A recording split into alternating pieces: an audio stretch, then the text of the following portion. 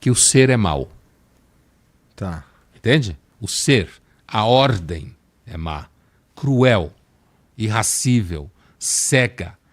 Não é nem que ela é intencionalmente assim, mas ela é assim enquanto dinâmica inconsciente. Ela funciona assim. E a gente é submetido a isso o tempo inteiro. Então a gente nunca vai ficar satisfeito. Porque a vontade, essa tal vontade que o Schopenhauer fala, nunca fica satisfeita. Agora, quando você passa isso, é claro que tem gente que critica, dizendo que isso só funciona no capitalismo, né? Porque o capitalismo funciona se você não ficar satisfeito, né? Se o capitalismo tivesse continuado a oferecer aquilo que a gente necessita, ele tinha quebrado, né? Mas a verdade é que eu não acho que foi o capitalismo que criou o caráter insatisfeito do desejo. Eu acho que o Schopenhauer é que tem razão. O Freud, por exemplo, é muito influenciado por essa ideia. Isso para o Freud, na versão brasileira via França, chama-se pulsão, né? As últimas traduções do alemão para o português voltou-se a usar a palavra instinto. Tá. Né?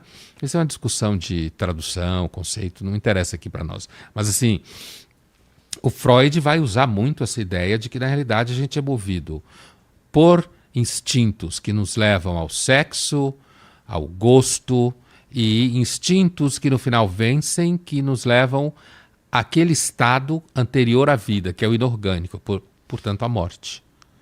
Então a gente é autodestrutivo. E a maior sacanagem que o Freud fez foi dizer que a moral se alimenta desse. Certo? Tal do superego.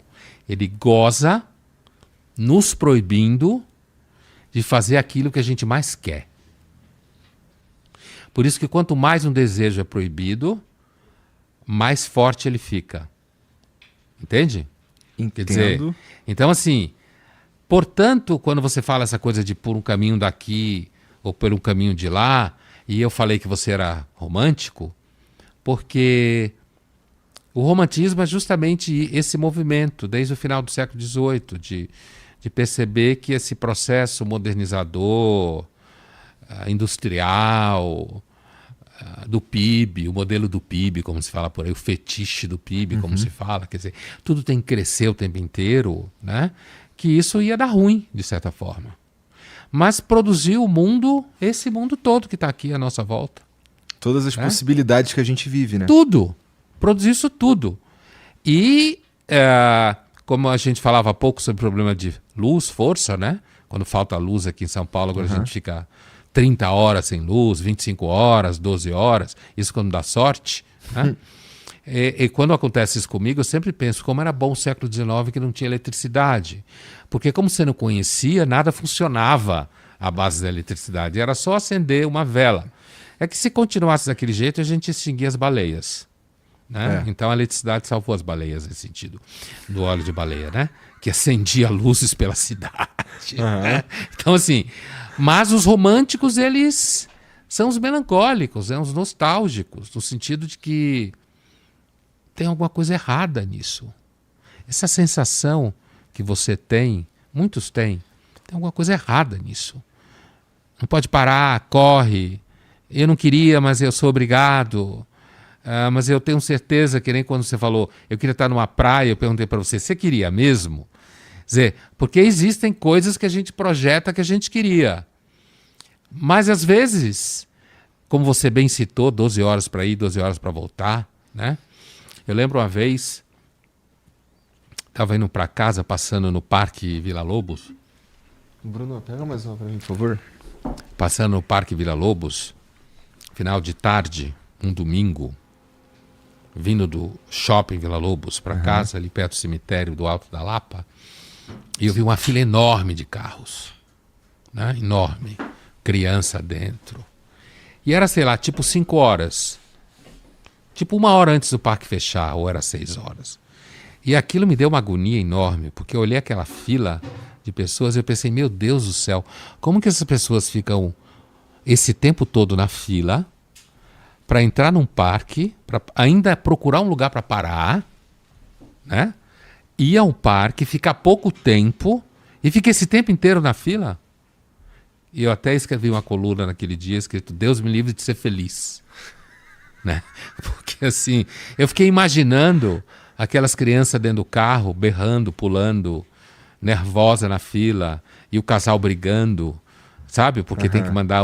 E aí, provavelmente, alguém dizendo para o outro alguém, ou a mulher para o marido, ou o marido para a mulher, a gente se atrasou por sua causa, por isso que a gente tá pegando fila, você nunca respeita, não dá valor para a hora, sabe? Essas brigas típicas de casal, um atrasa. Sempre tem um que atrasa mais do que o outro, e um outro que é mais pontual do que o outro, do que um, né? É sempre assim, de alguma forma. Então, assim, é mais ou menos isso, quer dizer, esse sentimento de que tem alguma coisa errada nesse modo de vida.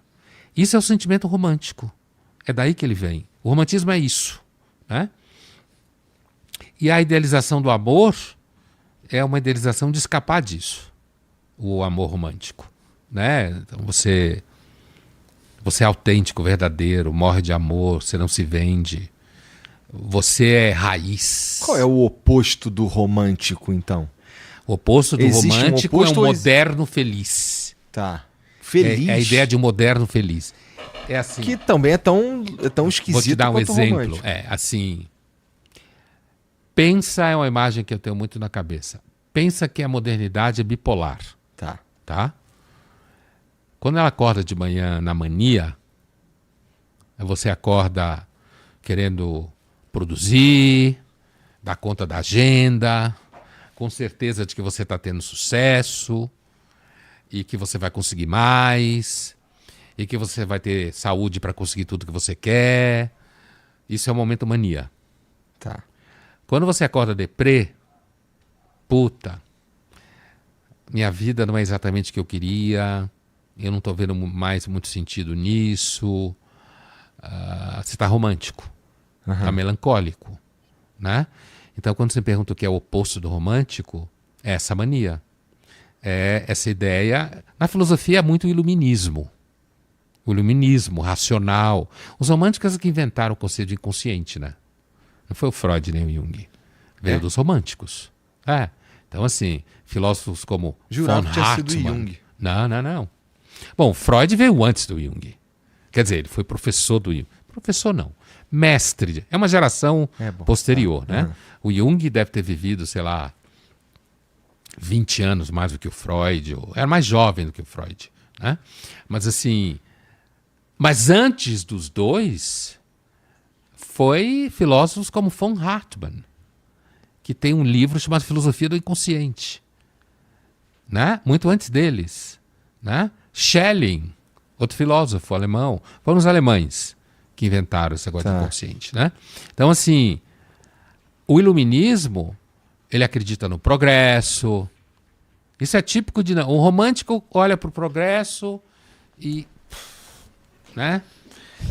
Progredir, porque tem uma coisa no progresso que é o seguinte, você não pode parar nunca, que é o que você falou. Pode parar. O que vai acontecer se você parar? Dinheiro é uma coisa que está aqui e amanhã não está, né? Não é que nem ter nascido nobre no ano 1200. Era uma herança de sangue. E a herança de sangue ninguém tira de você. Nobre que perdeu a terra dele para um banco, nasceu a modernidade. Entendeu? No momento que um banco pode tirar a sua terra, que sua família tinha há 1000 anos, sei lá, 500 anos, que é o que na realidade a burguesia inveja tanto na aristocracia. Né? Porque tudo que a burguesia tem depende de dinheiro. E dinheiro, por definição, acaba. Se você não continuar multiplicando ele, uma hora ele acaba. Né? Isso é desesperador. Né? Então, o contrário do romântico, que eu falei que é o moderno feliz, é o moderno maníaco. Maníaco no sentido de bipolar, né? Maníaco depressivo. É maníaco. Ele acha que vai dar certo.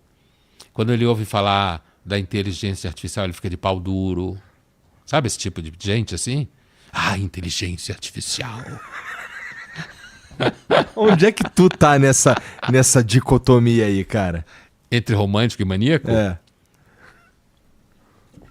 Seguramente estou mais perto do romântico. Sem dúvida. Talvez, inclusive, se não fosse assim, eu não veria como é maníaco. o progresso. Até mais rápido que isso. Eu coloquei essa roupa ridícula e você ainda não se inscreveu, deu like e comentou? Que palhaçada!